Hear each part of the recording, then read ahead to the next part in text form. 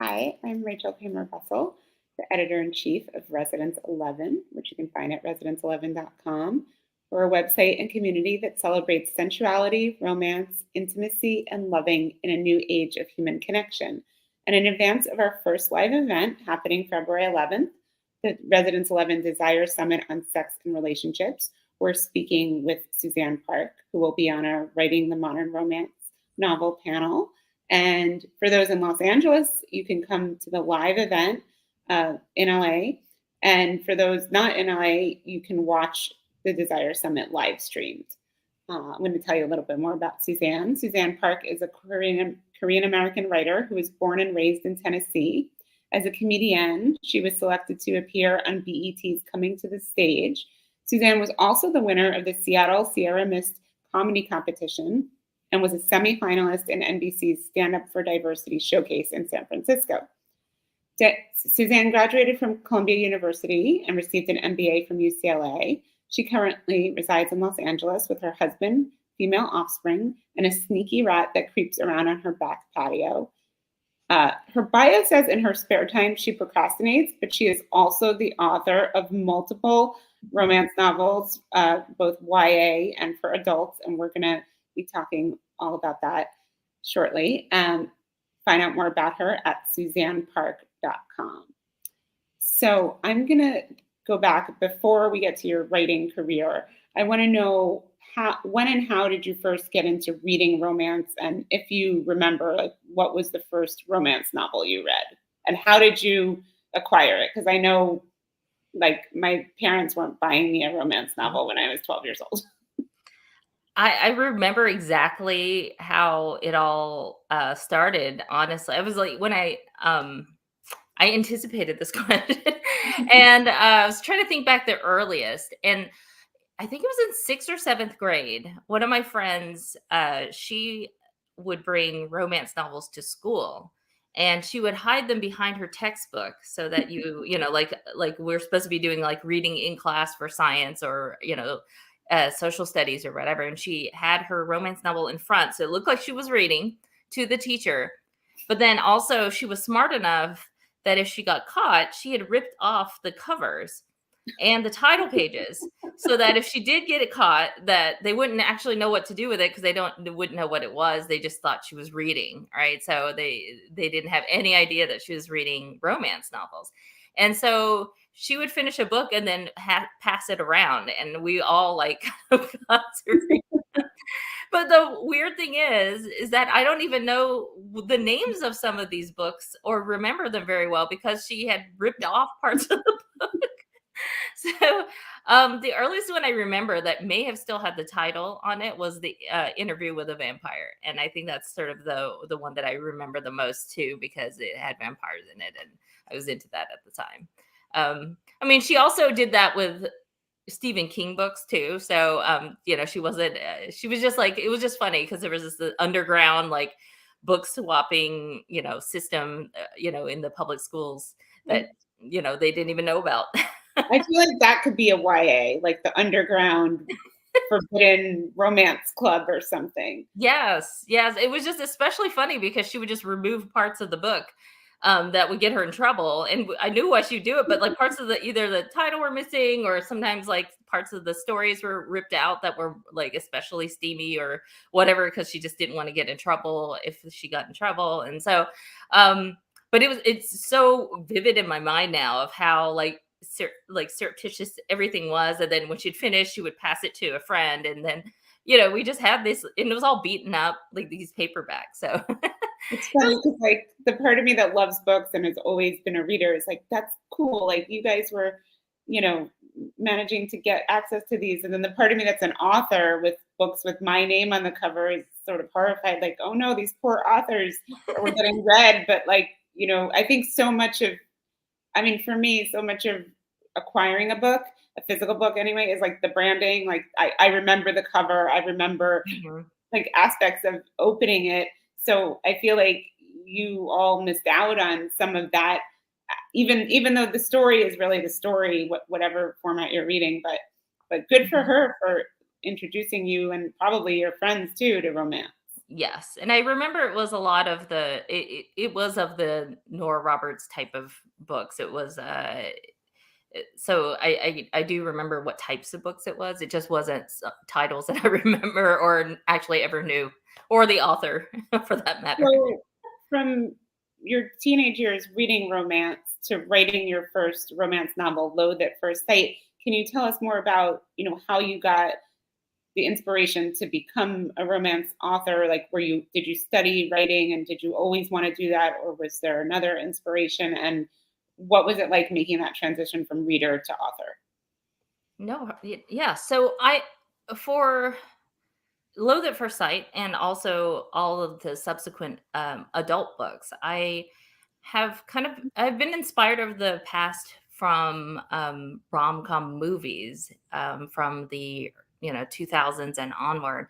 And so I think the type of comedy that you see in my books and the heat levels that you see in my books reflect what you see in rom-com movies.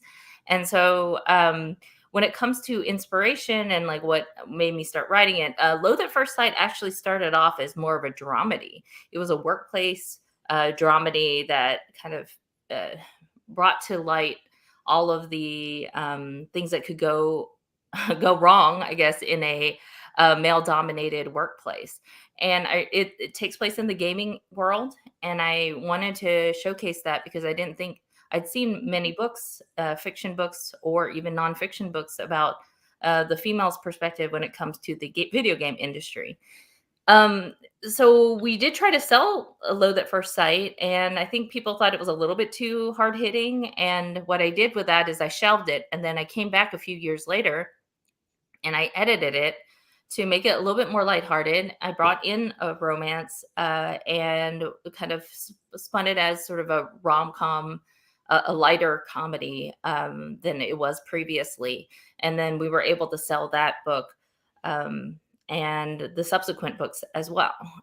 So I think overall, um, I used to read romance, and so trying to write it was a whole different beast, I think, because if you haven't written it before and you're trying to figure it out, it's for some people it's not easy. Some people it's natural. I have people who I do critique work for. We exchange works.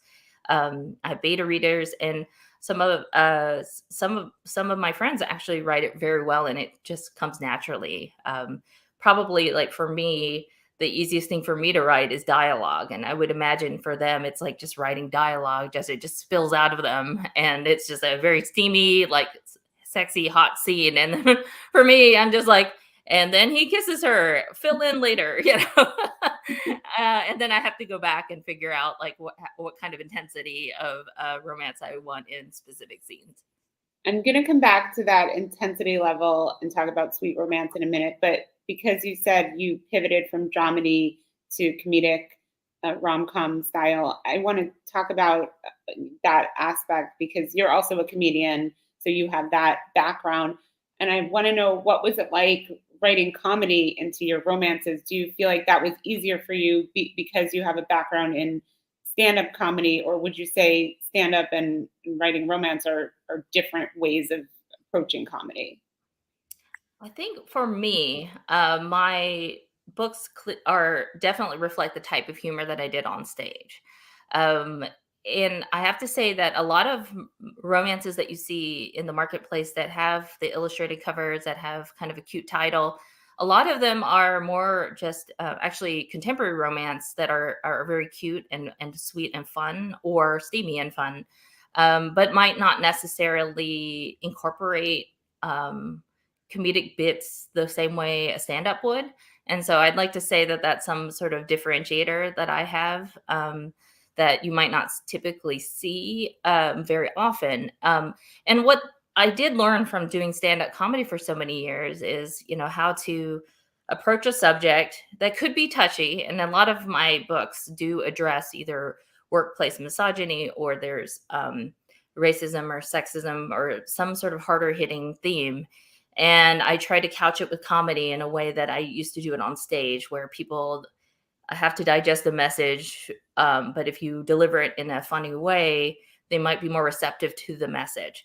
And so because I had 10 plus years in stand up, I learned a lot of things that I think might not be just taught in a book about writing novels. And that is kind of the unfolding of information at a certain rate, the beats and timing of certain jokes hitting, and trying to make it kind of pace it out so that the reader kind of gets the punchline or gets the reveal when you want them to, because of how the words are unfolding, and kind of the patterns, and uh, just um, just word choice too is sometimes things that I think a comedian might see that you just don't get in class or get in any of the craft books. Now, going back to sweet romance, which is a subgenre of romance that you write in, can you define for us what is sweet romance and why is that what you chose to focus on for your romance novels?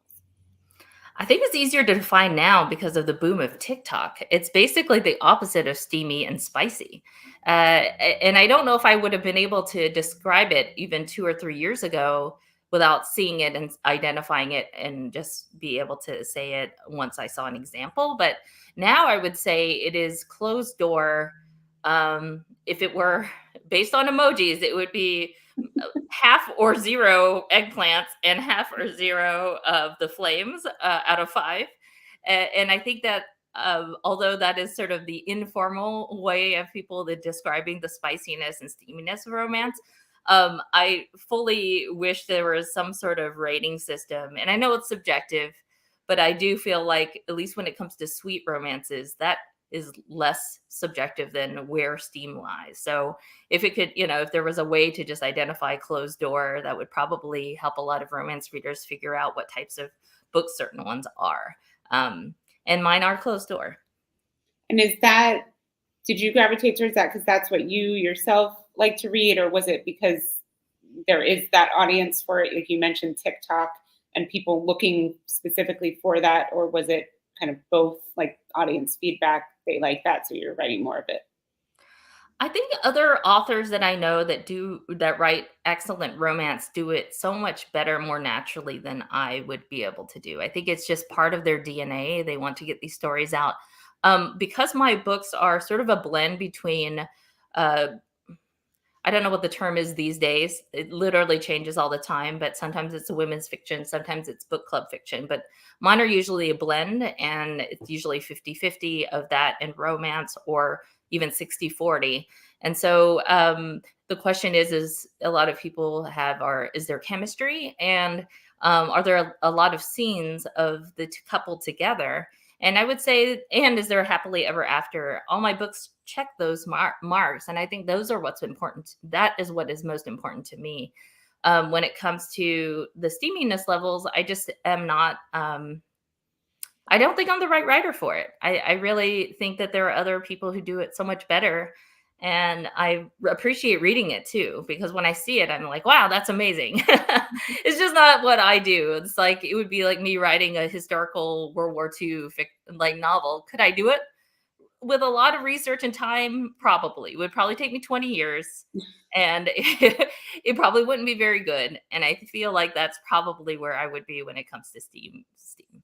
So you've written both young adult and adult romance. Can you talk about both why you've chosen to write to those different audiences, and is your writing process and the general process similar or the same for both, just with a different spin on it, or is it a different animal, for lack of a better word, to write YA versus for adults? When I was looking for an agent originally, I'd always wanted to write young adult and adult. So I'd always gone into me becoming an author with the intention of writing for multiple audience groups and age levels. Um, when it comes to writing young adult versus adult books, people ask me a lot, is there a huge difference? And to be honest, I think some people go into it thinking, oh, I'll just incorporate a lot of slang and a lot of pop culture references. And that's actually, to me, not how I approach it at all. Um, I what I do try to do is just make sure that it's not a matter of changing the writing level, because I do feel like I do tweak a little bit, but I think overall it comes down to the voice of the characters and the realistic incorporation of real life experiences at a certain age level. So, for example, my current book, The Do-Over, that side, it is a woman in her 30s, and the other books I've written are women in their 20s, and I feel like their life experiences are different. So I would like to think that when somebody reads the story, they'll be able to tell that this person has a little bit different life experience. They've a decade more of whatever they've experienced in life. I feel like the same thing applies for young adult, where if you think about what kind of life experiences you had as a 16, 17, 18-year-old, it's very different than somebody in their 30s. And I want to make sure that context and life, what they're experiencing and first times of doing things is actually reflected accurately. If do you have crossover between, like, do your YA readers also read your adult, and do your adult readers also read your YA? They do. I have friends. I have readers who have read. They're also my friends, but all of you are my friends. But I have readers who have told me that they read across because they're there for the comedy.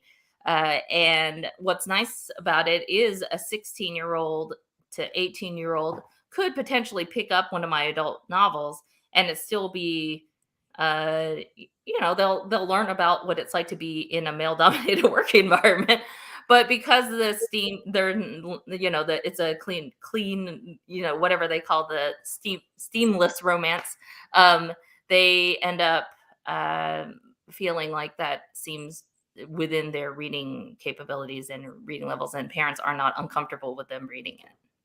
There is cussing though, so that is probably where I get the most pushback when it comes to these adult books, because I do make sure that again it's realistic in these male dominated work environments.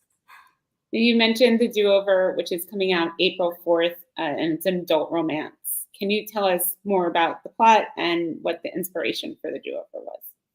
Sure. The Do-Over is about a Korean American author and consultant, the career consultant, Lily Lee. And she finds out during a job hunting process, she gets her dream job and finds out that during the background check process, that she actually didn't complete her college degree.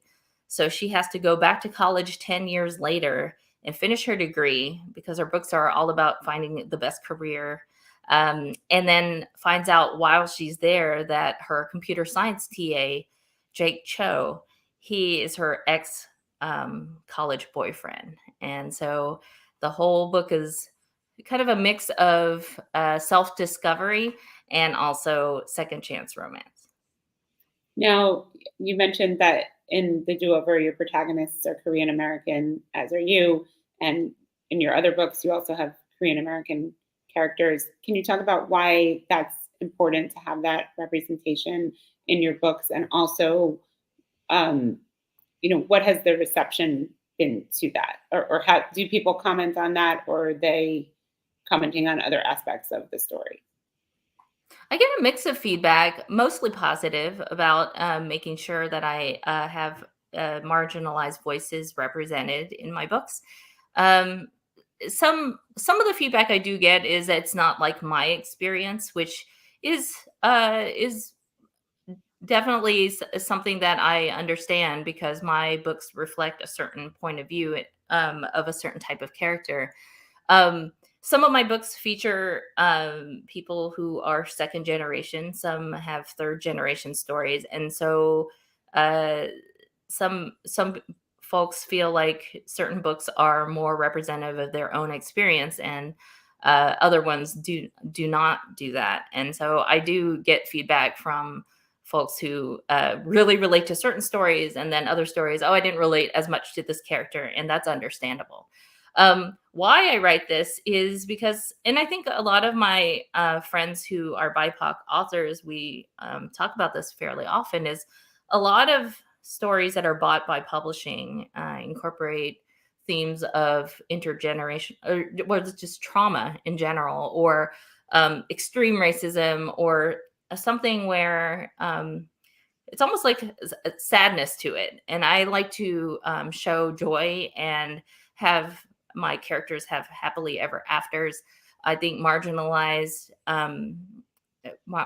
characters deserve happy endings. And so I feel like my goal is to show a character who has a very difficult situation, overcome it in the workplace or through in their own personal lives, and also have that happily ever after, both in their life and also in love. I thought that was interesting what you said about people saying either I can relate or I can't relate. Do you feel like romance readers, especially both in this case, Korean American or immigrant or children of immigrants, but also just in general, romance readers are looking for characters who are similar to them? Or I know romance readers, and I'm one of them, read pretty widely. So are there people who are mainly looking for people like to have their own experiences reflected back to them, or are your readers also looking for entertainment, or both? I'm seeing both. A lot of I guess a lot of the readers who come to me and send me direct messages, a lot of those folks are people who are not necessarily Korean American. They could be Filipino American, or they could actually be.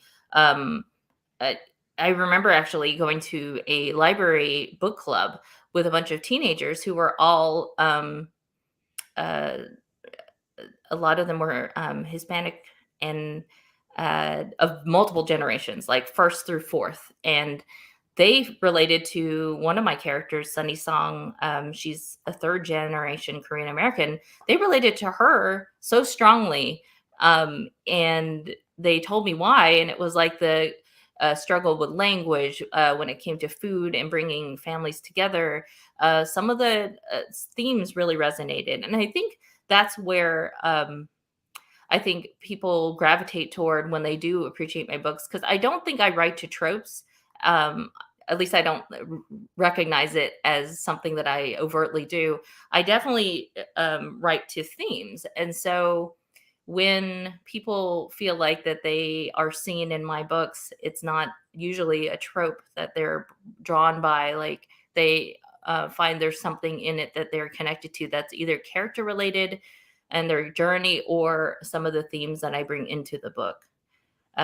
When I for the do-over, it was funny when I turned in that book. My editor, when she read it, she said, "Oh, I love Fish Out of Water second chance romance stories," and I was like, "Oh, that's what I wrote." I wasn't even sure. I do know there's a lot of romantic scenes in there. It's sort of quasi dual timeline where she's in the present at college and then in her past life in college and with the same boyfriend. And so there are many scenes of them together, them on dates, and there's romantic moments between them.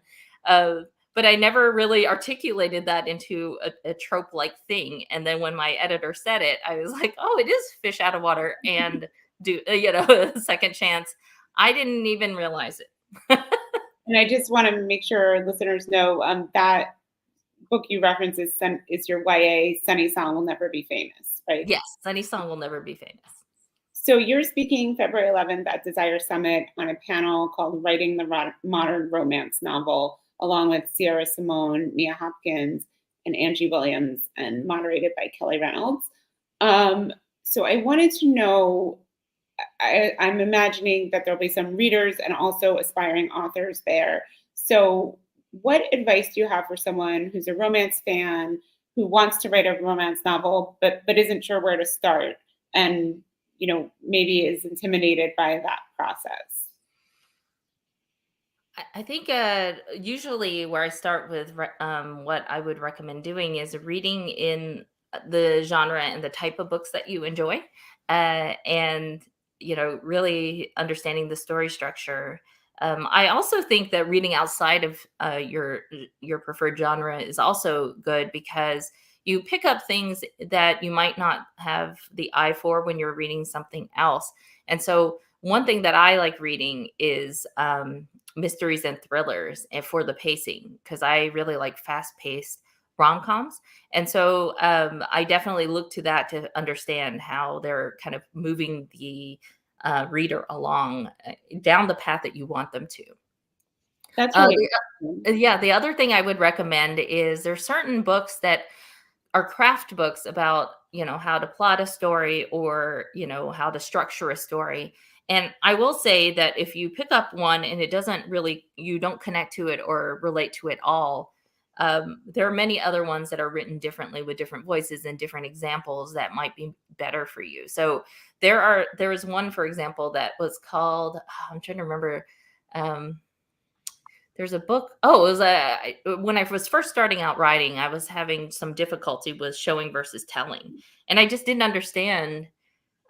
People would try to explain it to me and give examples, and I didn't understand still. I was still doing it in my writing.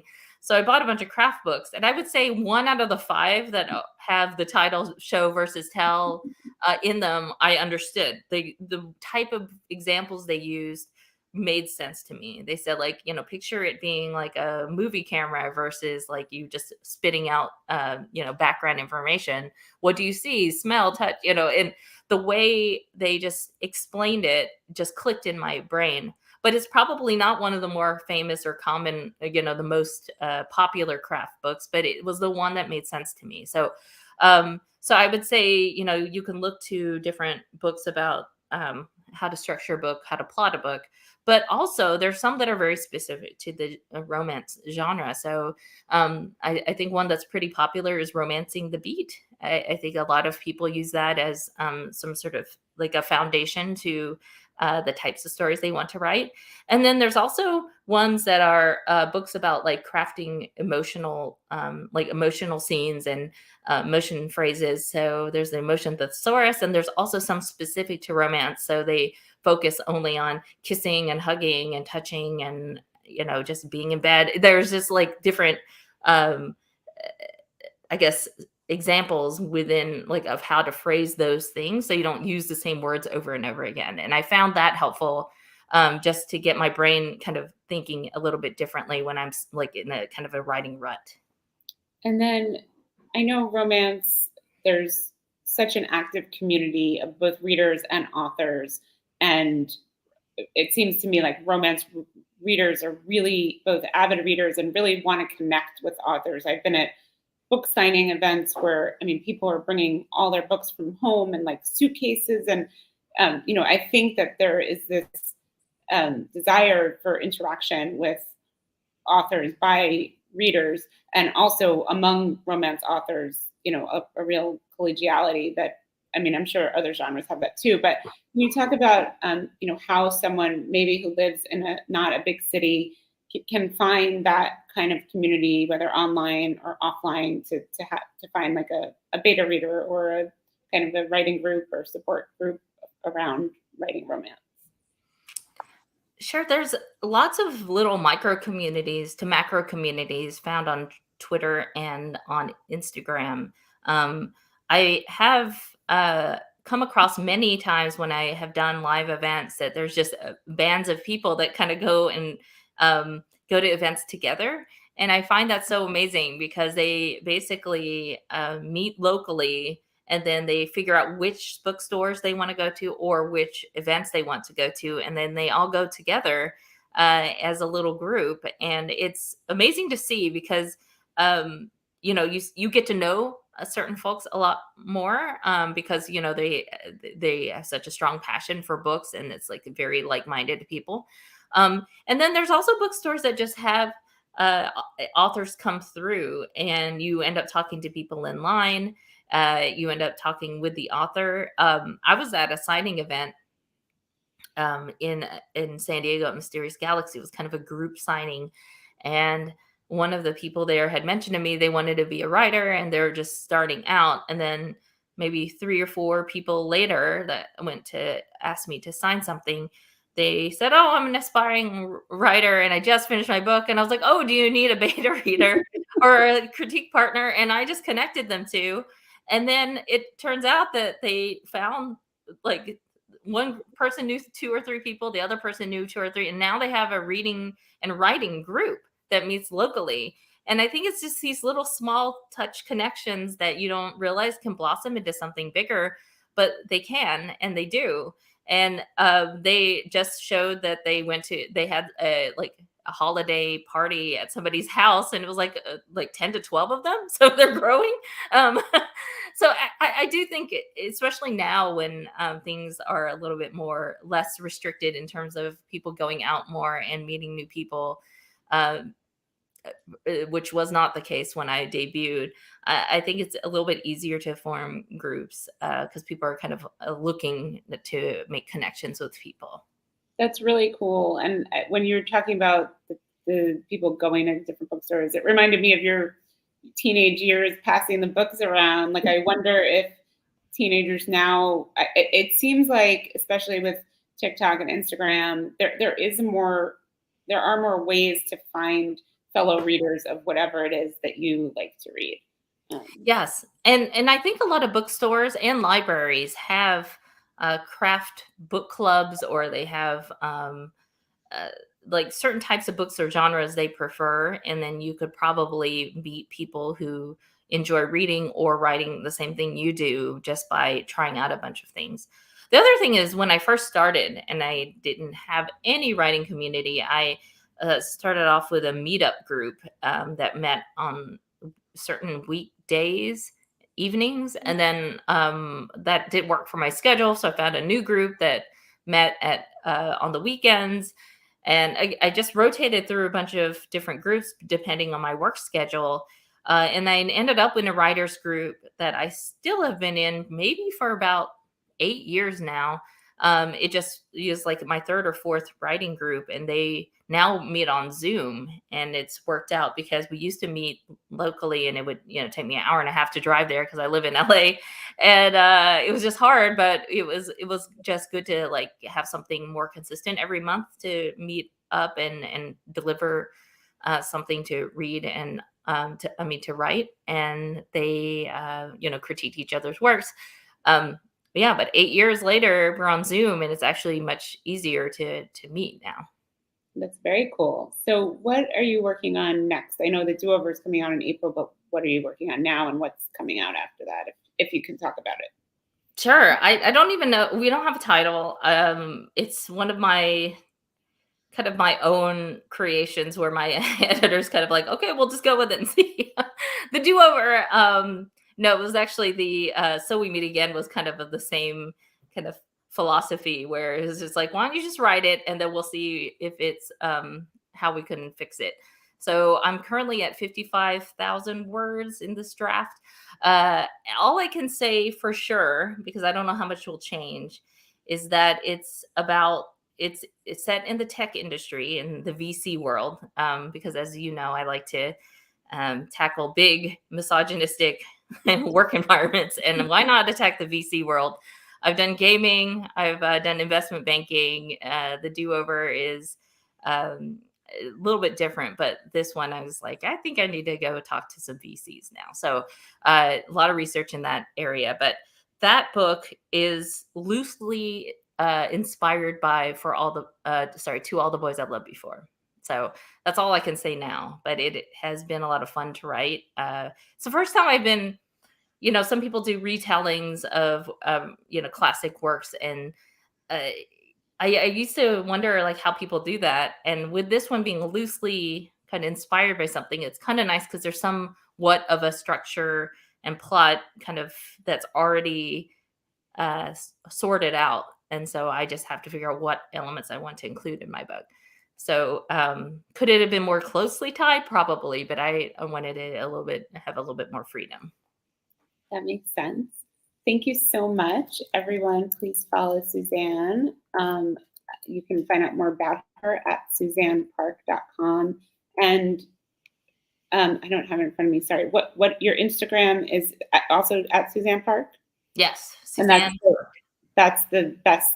You're also on TikTok. I see that you're on TikTok. Is that a good place to follow you too? Also, Yeah, I'm starting to get more used to TikTok. I was really stressed out about it, maybe about a year ago because, uh, trying to promote a new book and not knowing how to use TikTok. But now I just kind of post whatever I have an idea for rather than planning to do a thing.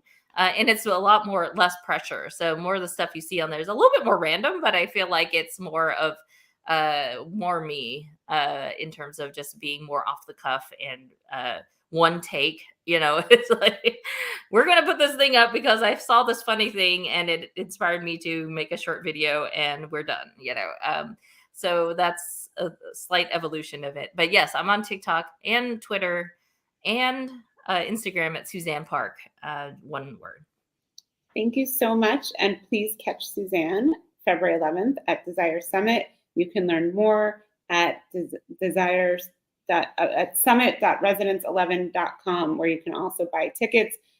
Suzanne will be on the Writing the Modern Romance Novel panel with Sierra Simone, Mia Hopkins, Angie Williams, and moderated by Kelly Reynolds. I'm going through my mind. I'm like, wait, did I forget someone? Sorry if I forgot someone. I don't think so. This panel is going to be so funny. I know. And so I'm fun. really excited I will not be there, but I'm going to be watching, and I'm really excited to see how everyone, because you all write such different types of romances. Mhm. I'm really excited to hear your different answers about how you go about that. So, Yeah, and I've been on panels or a podcast with 3 out of 4 of those folks, and it's just a lot of fun. So I know you're in for a good time. thank you.